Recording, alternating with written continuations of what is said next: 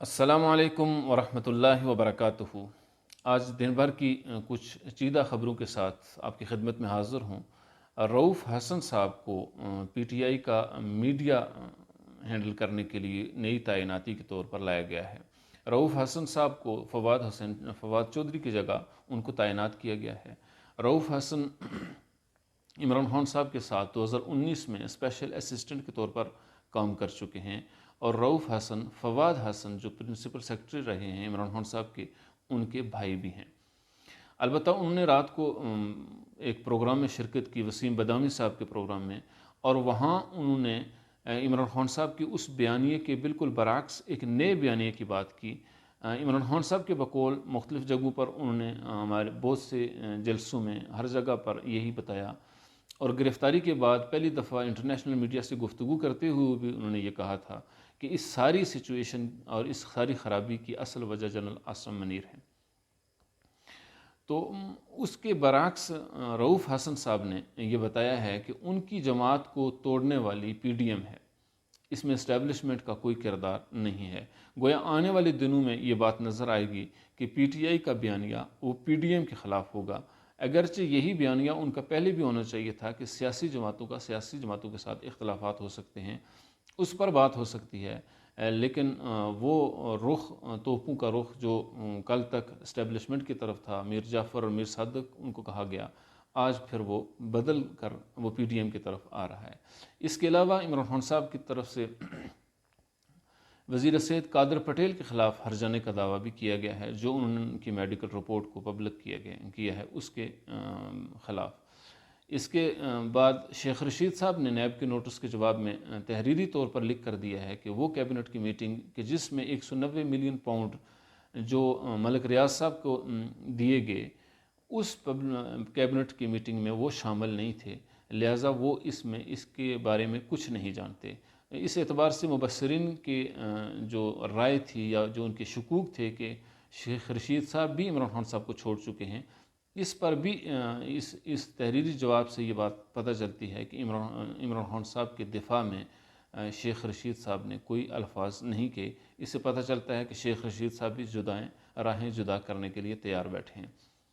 اس کے علاوہ عارف علوی جو ہر بل پر دستخط کرنے سے پہلے جب سے عمران خان صاحب کو حکومت سے نکالا گیا ہے، عمران خان صاحب سے ضرور مشاورت کرتے تھے، لیکن سپریم کورٹ کے حوالے سے جو نیا بل آیا ہے اس میں عمران خان صاحب سے مشاورت کے بغیر ہی انہوں نے 26 مئی کو دستخط کر دیے۔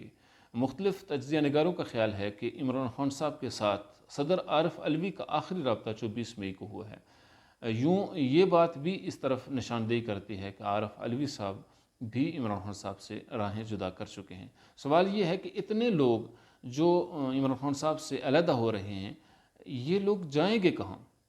اس حوالے سے بہت سارے تجزیہ نگاروں کا خیال ہے کہ اس وقت دو کیمپ بڑے متحرک کیے گئے ہیں، ایک جنوبی پنجاب میں جہانگیر ترین صاحب کی قیادت میں، اور دوسرا چودھری شجاعت صاحب کی قیادت میں سینٹرل پنجاب میں۔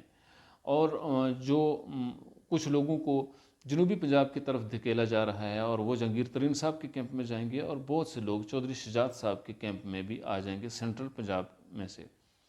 اب آیا یہی ان کی اصل منزل ہے یا یہ ٹرانزٹ سٹے ہے؟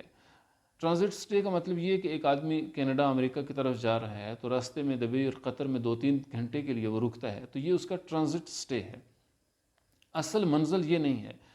تو یہ سوال پیدا ہوتا ہے کہ جو لوگ پی ٹی آئی چھوڑ رہے ہیں، ان کی اصل منزل جہانگیر ترین یا چودھری شجاعت صاحب ہیں، یا یہ صرف ایک عارضی سٹے کے طور پر یہاں رکیں گے؟ اس حوالے سے کہا جاتا ہے کہ یا تو یہ الیکشن سے پہلے جس طرح 2018 میں خسرو بختیار اور جنوبی پنجاب محاذ کے طور پر سامنے آئے اور پھر وہ عمران خان صاحب کے ساتھ شامل ہو گئے، اسی طرح یہ بھی الیکشن کے قریب جا کر اس جماعت میں شامل کر دیے جائیں گے جو جماعت ان کی اصل منزل ہوگی، یا یہ کہ پھر الیکشن جیتنے کے بعد ان میں سے جو جیت کر آئے گا، وفاق میں جو پارٹی حکومت بنائے گی اس کے ساتھ یہ شامل کر دیے جائیں گے۔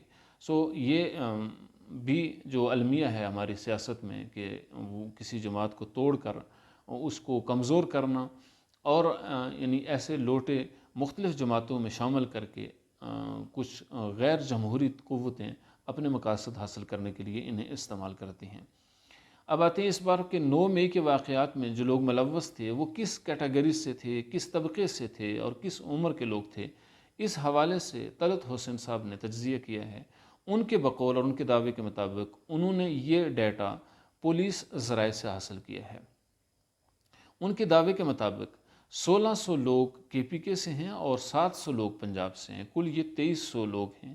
ان میں سے 18 سال سے کم عمر کے بچوں کی تعداد 106 ہے، جبکہ 18 سے 40 سال کی عمر کے لوگوں کی تعداد 1730 ہے۔ اس کے علاوہ دیہڑی دار جو ڈیلی ویجز پر کام کرنے والے لوگ ہیں 1350 ان کی تعداد بچائی جا رہی ہے۔ 18 سال سے اوپر کے طلباء کی تعداد 350 ہے، جبکہ سرکاری ملازم 113 ہیں، اور ان 113 سرکاری ملازمین میں سے 100 کے پی کے سے آئے ہیں۔ اور جو ایک اور بھیانک اس میں عنصر موجود ہے وہ یہ کہ 16 افغانی بھی اس میں شامل ہیں۔ اب یہ جو 2300 لوگوں کا ڈیٹا ہے، اس میں اگر دیکھا جائے تو وہ لوگ کہ جنہوں نے 9 سال عمران خان صاحب کے نام پر صوبہ سرحد کے پی کے میں اور 4 سال تقریباً وفاق میں عمران خان صاحب کے نام پر مفادات حاصل کیے، عمران خان صاحب کے نام پر انہوں نے حکومت کی، ان کا کوئی عزیز، کوئی بچہ، کوئی بچی ان کی اس یعنی انقلابی مارکے میں شامل نہیں ہے۔ یہاں تک کہ عمران خان صاحب کی اپنی اولاد بھی اس انقلابی مارکے میں شامل نہیں ہے۔ اور اگر دیکھا جائے تو یہ سارے کے سارے لوگ ایک عام لوگوں میں سے یہ اس میں استعمال کیے گئے، ایک لوئر کلاس کے لوگوں کو یہاں استعمال کیا گیا، اور جن کے بچے یہاں نہ پڑھتے ہوں، جن کا یہاں اٹھنا بیٹھنا نہ ہو، جو ہمارے عام سکولوں میں نہیں پڑھتے، ان امیر لوگوں میں سے کسی کا کوئی بچہ اس میں شامل نہیں ہے سوائے 1-2 کے۔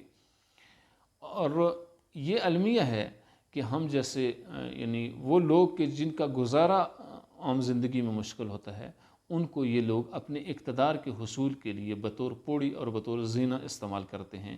اور ان کے آج جو بچے گرفتار ہیں، جو طلباء گرفتار ہیں، جو سرکاری ملازم گرفتار ہیں، ان کے والدین دھائیاں مار مار کر رو رہے ہیں، لیکن ان کو پوچھنے والا کوئی نہیں ہے، ان کا پرسان حال کوئی نہیں ہے، ان کے آنسو پوچھنے کے لیے کوئی تیار نہیں ہے۔